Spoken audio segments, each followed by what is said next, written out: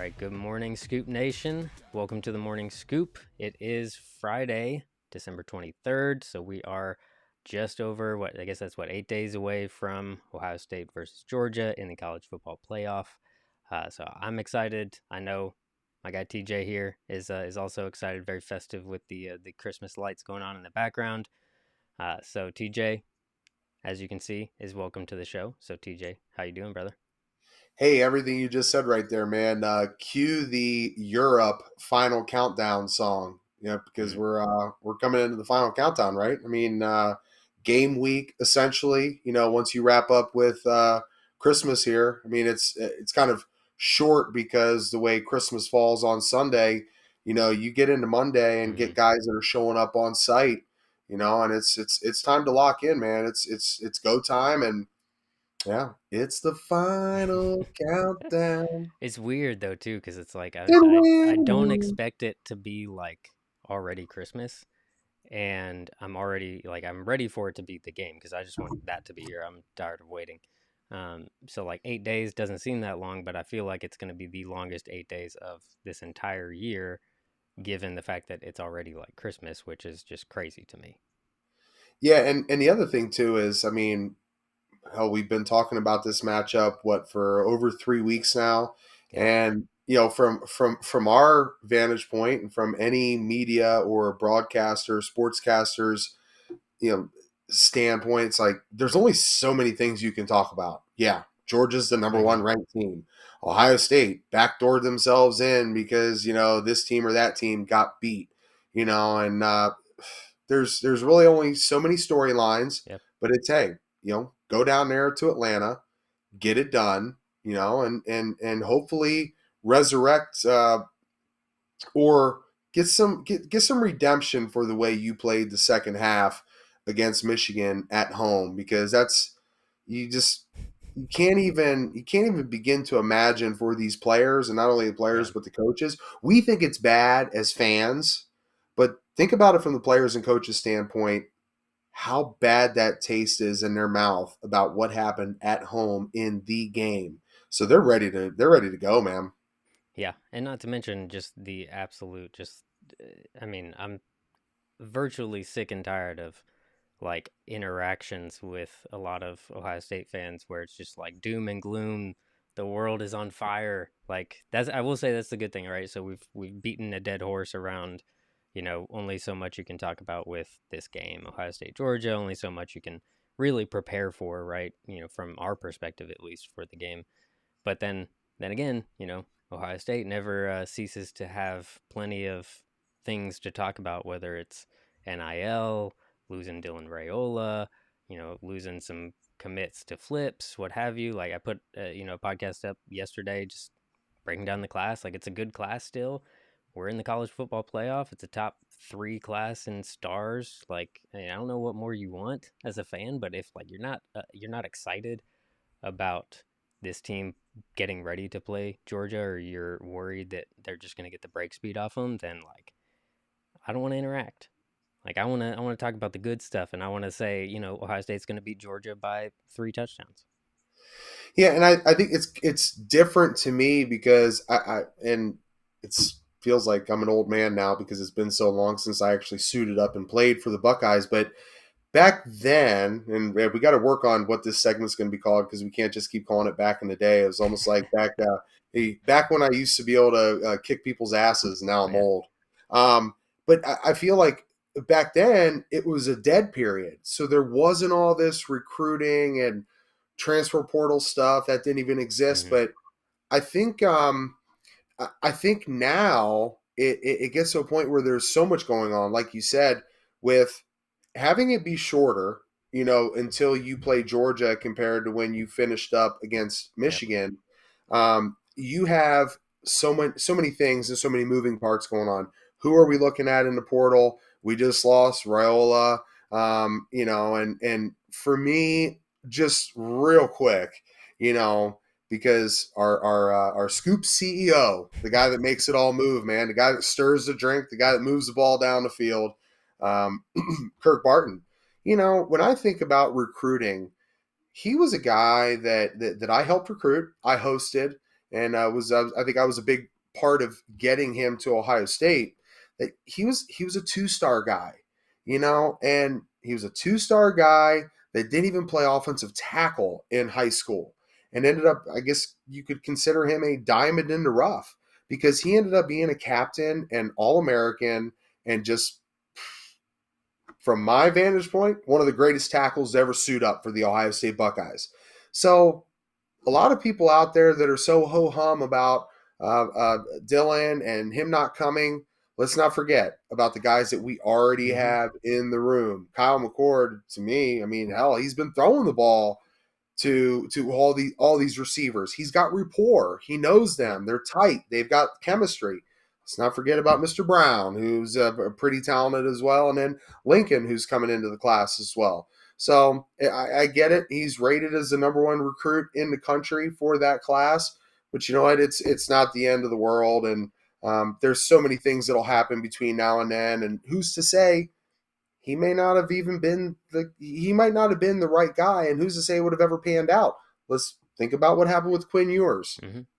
He's not even here anymore. I mean, he did pretty good though, at Texas. So it would have been nice, I mean, you never want to lose those guys, especially when you have them. So like, I understand like being a realist, and I understand like fans that are questioning a lot of things. Like maybe not necessarily saying, okay, this is the end of the an era, right? Ohio State's no longer dominant. I don't think that's the case, but like I get being a realist, questioning a lot of that. It's just not there yet.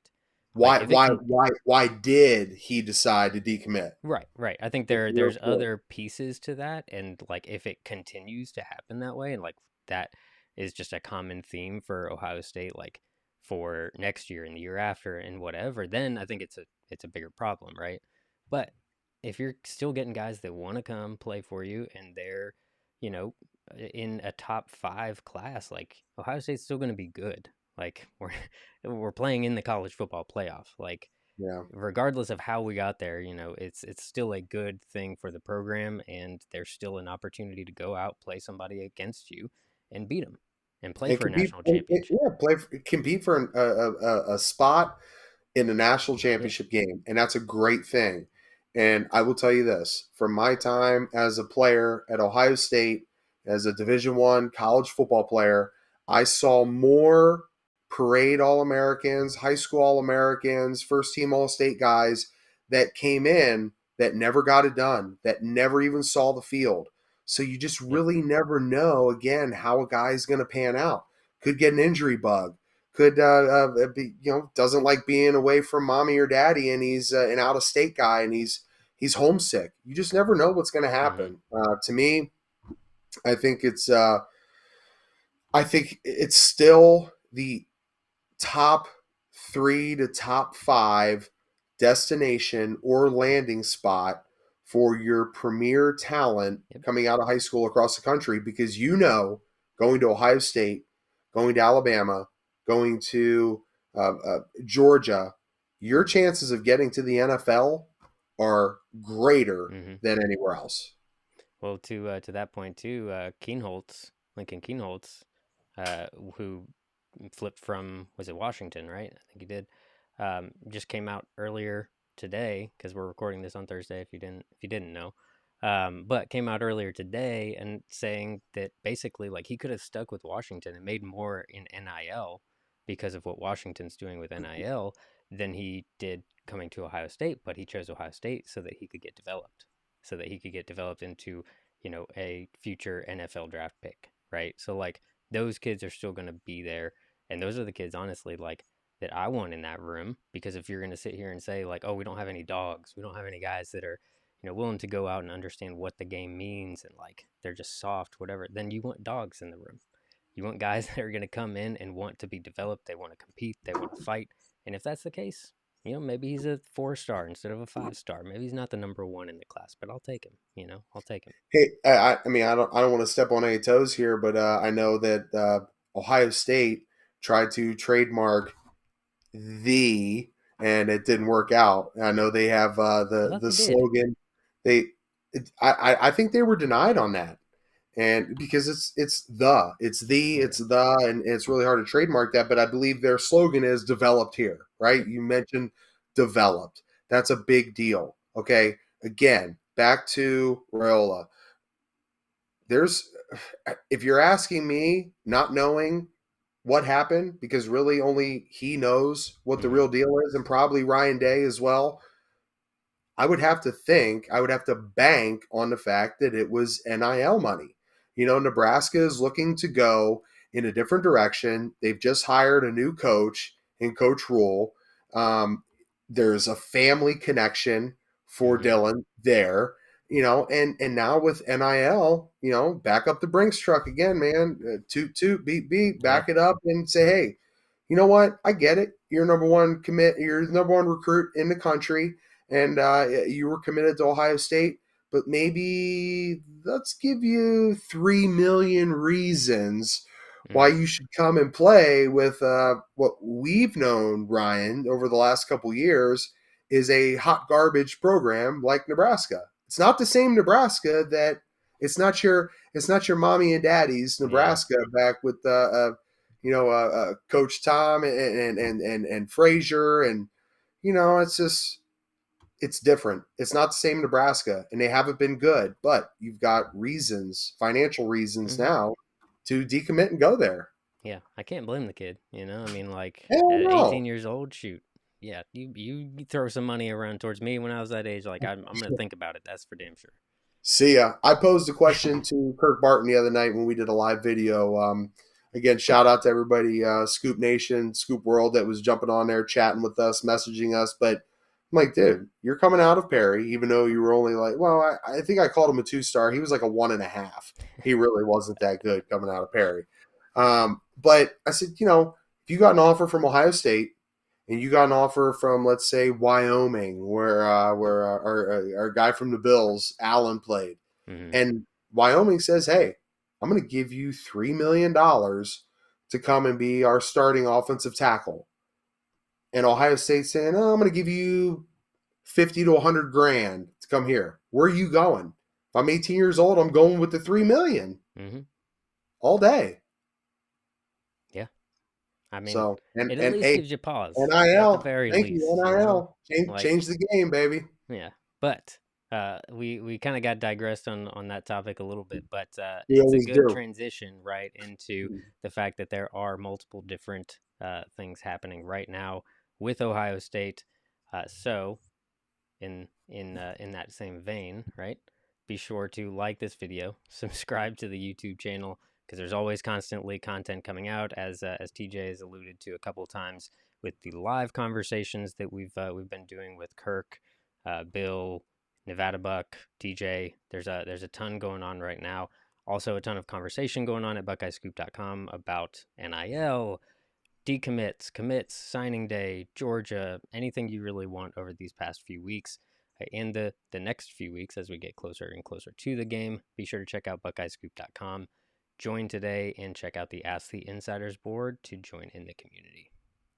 Now, we can get into the topics that we even put. So, first and foremost, the holidays. Obviously, with bowl prep, game preparation in and of itself is one beast to tackle. Being in an away game is one beast to tackle, but a completely separate beast, it seems, is the kind of holiday bowl prep, especially when you have such a gap from your last game, preparing to the college football playoff in this case, all around Christmas and New Year's Eve. And so you've been there, you've obviously gone through that same gap. Um, what is it like preparing over the holidays versus just any other time in the year? And I guess kind of like, how do you get this team to remain focused over a time when a lot's going on and you want to be with family and you want to do those things? It's hard. It's not easy, and I know that it's interesting because out of the 5 bowl games that I was a part of over my 5 years at Ohio State, the Alamo Bowl my sophomore year, that was my first bowl start, was actually it was the only time that I ever missed Christmas with my mom and sister. And because the game was actually earlier. It was like, I think maybe December 29th. So we had to be on site and on location in San Antonio during the 25th of December for Christmas. The other four bowl games that I played in all were the Fiesta Bowl. All were later. They were what you would call New Year's Day, Mm-hmm. or I think most of them were like January 2nd when we played in them. But you could actually you could go home. You'd have like a 3-4 week bowl practice period at the Woody Hayes. Excuse me. That's contributed to our sponsor here today, Jim Beam Rye. There you go. Celebrate the holidays responsibly, right? Um, we um, we would get released. We were able to go home for the 24th, the 25th, and the 26th.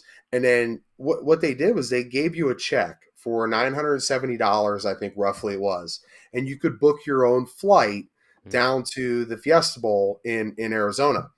And so a lot of guys they would get on Travelocity and Orbitz, and they would get like the dirt cheapest flight you could find, whether it was a red eye, maybe it was leaving like on the 26th, and you would get down there early. You could check into the hotel, and that flight was like $200-300, and you would pocket the rest of the $600-700 in cash from that Nice. check. So hey, pre I was gonna NIL say days, totally different world now. Yeah. that's how we made money, man. Was the plane trip, the plane check. So you you know to not be with your family during Christmas is tough, but you also know that this is a small window that you're taking advantage of. You're not going to be able to play football forever. Eventually you'll get back to your family and have those celebrations for the holidays.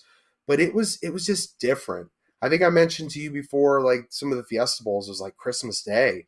You're coming out. I mean, they're a couple days after Christmas. It's like 80 degrees. You're Yep. coming out in like a tank top and sandals. And I know even down there in Atlanta, I think they're expecting a cold front to come through.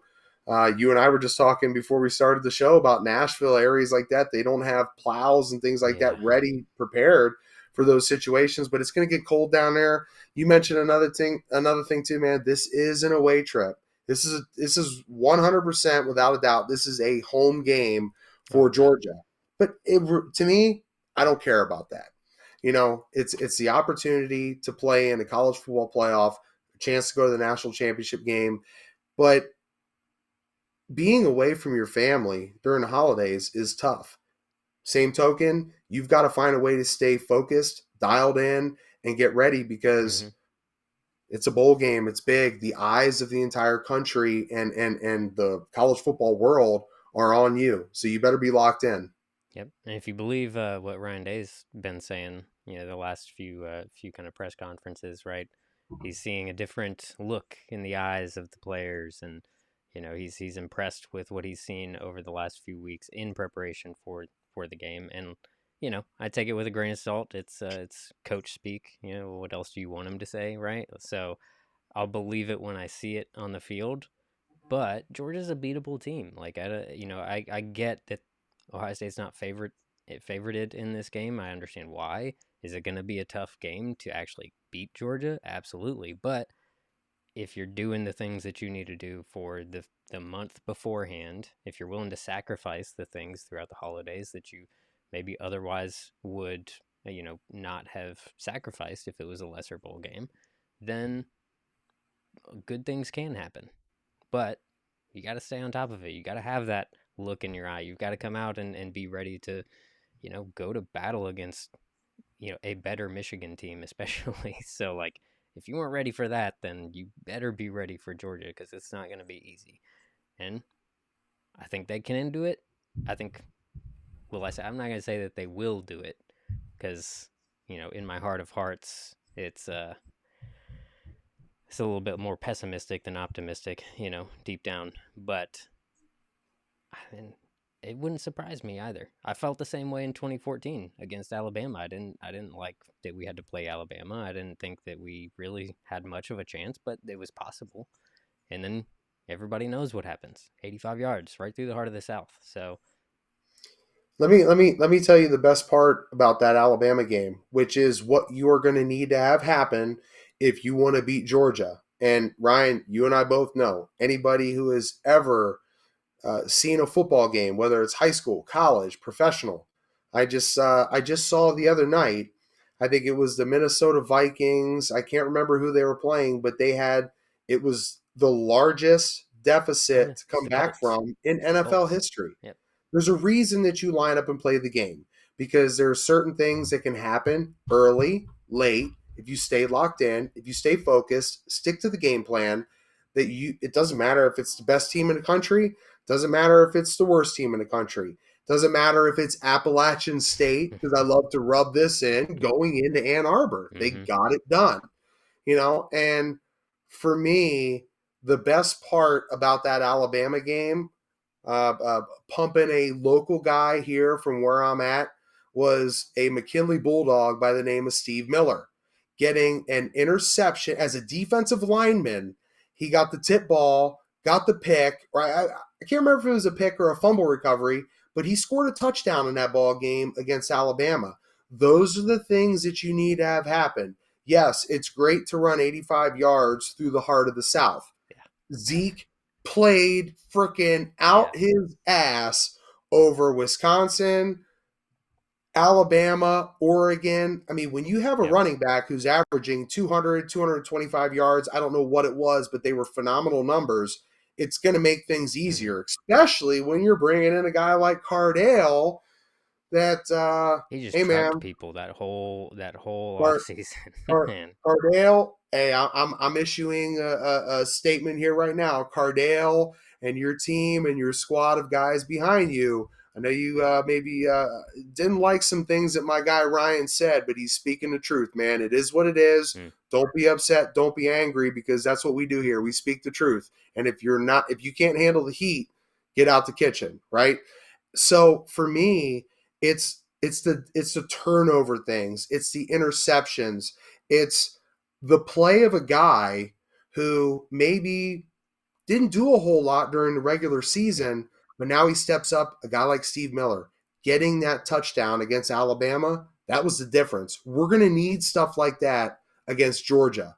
We're Mm-hmm. going to need guys to step up that may not have had a huge impact this year, or maybe it's a guy in the secondary, which we've talked about the secondary, Ryan. They've had some struggles. Maybe it's a guy like Latham Ransom who he he needs this They just right have to be now. disciplined, really. I mean, like they've played well all year, in my opinion, but they've had a lot of just like mental gaps and pursuit gaps, and just have given up big plays at times when, if they were more disciplined, they're not giving those up. And against the Georgia, like you said, it's very much like Michigan too. Like I didn't expect that Michigan was going to be able to take advantage of those big play opportunities the way that they did. And that's why I felt confident about this team's ability to beat them, right? Same thing with Georgia. If you're able to limit any of those big plays, you're able to limit their run game, and you're able to shut down Brock Bowers, then it becomes a much easier conversation to win the game. I will say, though, 2014, that team was rolling on every cylinder for the last 4 or 5 weeks of the season. Not so much the case this year, so that's a little bit worrisome to me. But you had a month, and Ryan Day's got to turn it around. And maybe after, if things go poorly in this off season, maybe then you start to have that conversation. For Ryan Day of like, what needs to change, soul searching, whatever it is. Like you have that. But if he comes out and wins a national championship, I hope he does, because I hope that then shuts everybody up that's calling Mm. for his head.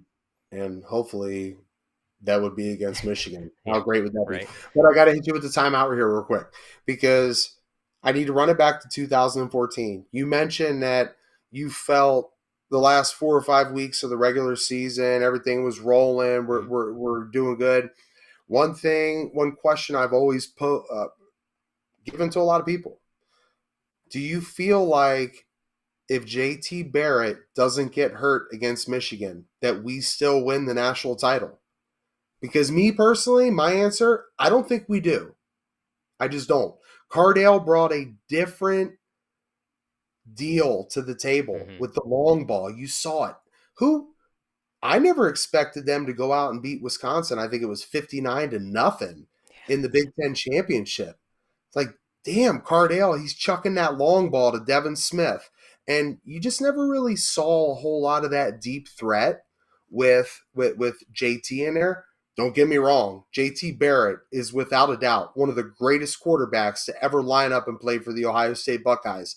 His record, his stats, his Mm-hmm. numbers, they prove that. But I don't know if we win the national title if he is healthy coming out of Michigan. It's a What are good your question. thoughts? That's a good question because I would be lying if I said I haven't thought about that before. Because especially in 2015, when it was okay, do you start Cardale? Do you start JT Barrett? Who is now the starting quarterback for you after that season? Because I don't think that Ohio State would have been in the position that they were that year for the playoff if it wasn't for JT Barrett throughout that Yep. year. If Cardale was starting, I don't think they would have been there, right? So it was just the perfect storm, in my opinion. But to your point, I don't also know that JT would have been able to take them that next step against Alabama because, and I think partially too, that was a great game for that to happen, really, because there wasn't a lot of tape. Alabama doesn't necessarily know what to expect, and he was able to even get out, run some dudes over to extend some plays and keep drives alive to keep Alabama off the field. So JT didn't really do that as much. A little bit more finesse, if you want to call it, but I don't know. It's a good question. I Two would things. probably lean towards your thought process though that I don't think that they would have won that championship that year without Cardale. Two things I'll pose to you that I take away from what you just said right there. First off, I never really actually thought about if Cardale would have started that whole season, Hmm. and let's also remember that Braxton Miller Yeah, was the I was just starting about to say quarterback going that. into that year. So think about the job that Coach Herman had in front of him. Yeah. You rolled through three starting quarterbacks. Now, what you mentioned, if Cardale Jones starts that season, is Ohio State still even in that position come Michigan week or after? Do they win? Are they even in the talk of playing for a Big Ten championship, playing for a national championship? And the other thing I'll mention too, again, I said it just a few minutes ago, makes a quarterback's job a whole lot easier when you got a running back Mm-hmm. who's gashing people for Yep. 200 plus yards a game against Wisconsin, Alabama, and Oregon. Makes your job a whole lot easier. I don't care who's back there. If it's finesse or it's long ball, dude, Zeke is the guy. He's Mm-hmm. really and his offensive line. Well, to that point too, like 2020, I think that Alabama game's a different game if Trey Sermon doesn't get hurt on the opening kickoff Yeah, or the opening drive. I mean, I don't think that Ohio State would have won that game either way because that Alabama team was just too good, and I still have nightmares of, Devontae Smith running across the middle, just against a linebacker for whatever my unknown reason. Hey, yeah, we were talking about Tough Q and some Borland, wasn't music. it? Yeah. Cue the Alice Cooper. Welcome to my nightmare. Tough Borland trying to cover down on a God. slot receiver from Alabama, and we're all sitting there. Heisman Trophy winning receiver Oh, from Alabama. I Awesome. was talking to you before we started about COVID and sickness, all that we went through back then. I actually the one time I got COVID was during the Alabama Ohio State championship game. And I remember sitting there on the couch just miserable, but thinking, oh my God, make my misery even worse trying to watch this Kerry Coombs defense Uh, and Tough Borland trying to cover a slot receiver who is a Heisman Trophy winner. yeah. Wow. Yeah. Welcome to my nightmare. Yep. That is more factual statements have never been said, I don't think. So, yeah, it was horrifying. So I don't think that would have necessarily changed anything. But to your point, yes, if you have a guy that's just completely gashing guys like Ezekiel Elliott was, like Trey Sermon was for the few weeks before that, like good things can happen. It takes a lot of pressure off of quarterbacks, guys that need to make the big plays when they need to make them, and more likely to hit those down the field shots when you need it. more likely to go up against a Georgia and be able to get somebody over the top. You know. I, I love always telling people this because they look at me like I'm crazy. Like, the game of football at any level, high school, Pee Wee, Pop Warner, college, whether it's D3, D1, NFL, whatever it may be, it's not rocket science. No, The run opens up the pass, and the pass opens up the run. If you can run the unless ball effectively, it's going to take guys out of the secondary back half of the defense, and you got to put them in the box. Because if Zeke is gashing you, you got to bring guys down. Now your wide receiver is one on one. Now Devin Smith is one on mm-hmm. one, and just chuck it up, throw it as far as you freaking can, and let him go run underneath it and catch it. Yeah, or run an end around and have you know Smith toss a little pass to the corner of the end zone for Michael Thomas, and he just drops a toe. One of the Just best catches you've ever seen in your life. well, without a Uh, doubt, just no bubbles, no bubbles. that's what I was gonna say. I was gonna say the only exception to your rule there is that bubble screens and stretch runs have zero place Oh, in the game plan. So we'll see. But we're gonna skip through game week because there's not a whole lot to say. Yes, game week starts on Sunday. They're going to be in Atlanta. We've kind of already talked a little bit about being on site, what that means, the differences there. So, in the essence of time here, I'm going to jump ahead and jump to the vault so that you can go ahead and just share any of your debaucherous stories from the vault about your I love time. it. I love the picture up there, man. That's Right? perfect. Right? I thought it was good. I thought it was good. Although the soft offensive lineman to the right, Doug Dadish, he never really partook in the debaucherous activity. I will mention one of the funniest stories ever, and I still talk to this guy about it today.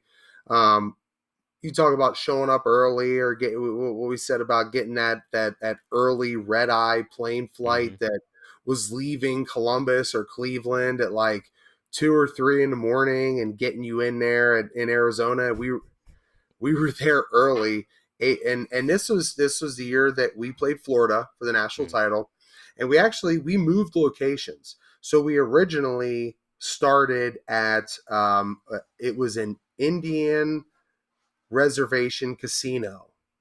And then we moved over to the Scottsdale Princess Resort, where we had stayed for when we played the Hurricanes, Kansas State, Notre Dame, and the Fiesta Bowl, the last one at Sun Devil Stadium.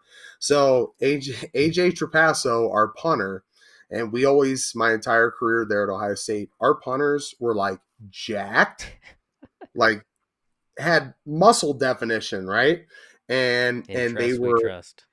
and they were all crazy. They were all like some nut jobs that like to have fun and you know lean on their offensive linemen to come and Mm-hmm. help them when they would get into a bar fight or something. But AJ Trapasso and I, we showed up there. We got that red eye to Arizona, and we're there on the 26th, and we're not playing. I think until January 7th. I think is when we Mm-hmm. played the Florida Gators, and so we went to the Princess Resort. We were able to check in there for 2 days, and then we went to the Indian reservation when everybody got in, like on the 28th. So AJ Trapasso and I are sitting there. It's the day after Christmas. It's beautiful in Scottsdale. We're sitting in the hot tub about 2-3 o'clock in the afternoon, and we're having a couple refreshments. Mm. And it was just that moment between two guys where it's like, man, we're 21, 22 years old, It's a you nice know. save there. It's a nice Yeah, save. yeah, because I was about to say 20. Well, he may have been, but he don't care. We were we're just a couple young dudes who are on top of the world, number one ranked team in the country, having a couple cocktails in a hot tub in Scottsdale, Arizona in 80-degree weather the day after Christmas. And we just kind of looked at each other like, man, we're kind of like that Wizard of Oz. You're not in Kansas anymore. Mm-hmm. He's like, I'm Mm-hmm. not in Pickerington anymore. I'm not in plain local Canton Glen Oak anymore. Like, this is like Yeah. different. Like, what do we do right now? I was like, I need a refill. But it was cool. So, anyways, going back to when we all went to the Indian reservation, we spent like 4 or 5 days there. We had to because one of the greatest games in bowl history and college football history was taking place in the actual Fiesta Bowl, which our location and host site was the Fiesta Bowl for. It was the first one that was played in Glendale for the national championship. It was Oklahoma and Boise State Oh where yeah. they did the Statue of Liberty. So we actually went to that game and we were staying at the Indian reservation, the casino, because Oklahoma and Boise State were staying at the Princess Resort. So we had to wait until after that for us to go in there and check in. And it was weird because it's hard to like move locations, whether it's 15, 20 minutes down the road. You're doing it in Phoenix, Arizona. And it's a lot for some young dudes to go through. And we had some curfews, and we maybe played it a little close, a little tight to those. A lot of guys wanted to go through Carl's Jr. and what do they call it? The burger place. How In am and I out. forgetting this right now? In and out. Guys wanted to hit those because we don't have that here Yeah. in the Midwest. We don't have that here in Ohio. So yeah, we had a lot of fun, and maybe we had a little bit too much fun. And I always respect. I'm a smack talker. Guys like Jerome Brown, rest in peace. When the Miami Hurricanes, they would get off the plane, they had the fatigues on. It's like, this is a business trip. Maybe we maybe we read too many of our own press clippings, and we Mm. didn't treat it as a business trip enough against the Florida Gators, and a lot of those moving parts, and the hot tub the day after Christmas, and Jack Daniels, and switching sites from the Indian reservation to the Princess. A lot of that probably played into it. Yeah. And it's the same kind of You mentioned uh the 51 dis days off. distraction. Yeah, I mean, you got 51 days off, right? You've been just grueling through your entire season. This is the the ultimate finish to your season. So emotions are high, but you're still dealing with teenagers, like college Yeah. kids. Like what was I doing in college? Not anything good. Let's put it that way.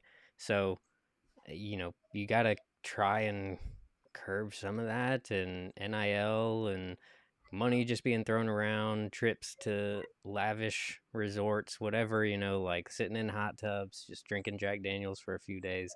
I mean, like, yeah, it all starts to build up. So I believe that. See, with NIL, though, the Jack Daniels would have actually been free because we could have had them as our Yeah. sponsor. Hey, you'd be sponsored. But Absolutely. then, yeah, we'd be going to some AA meetings and also needing a sponsor.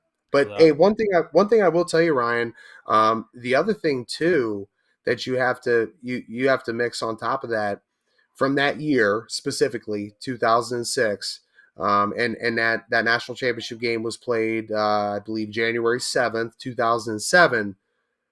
I talked about this with our head honcho, Kirk Barton. We had the opportunity to go down, if we beat Florida, as the greatest team in college mhm, football history because nobody had ever gone wire to wire. Started the season number one, beat two number two teams, went all the way through to the national championship game. If we beat Florida, we go wire to wire. Nobody had ever done that in the history of Division One college football. We go mhm, down based off of that stat alone as the greatest college football team in history, and that was a lot of pressure, yep, and that's something that one of my biggest regrets um, from my football playing days was the fact that we as a team, we as a senior class, we let that slip away because that's huge, man. That's rock star, monumental, Mount Rushmore type mhm. stuff. To your point too. I mean, just last point here before we finish up, but you know, Florida had nothing to lose. What were they coming into? They could come They in and sat just there play for free 50. and They heard for 51 yeah, days yeah.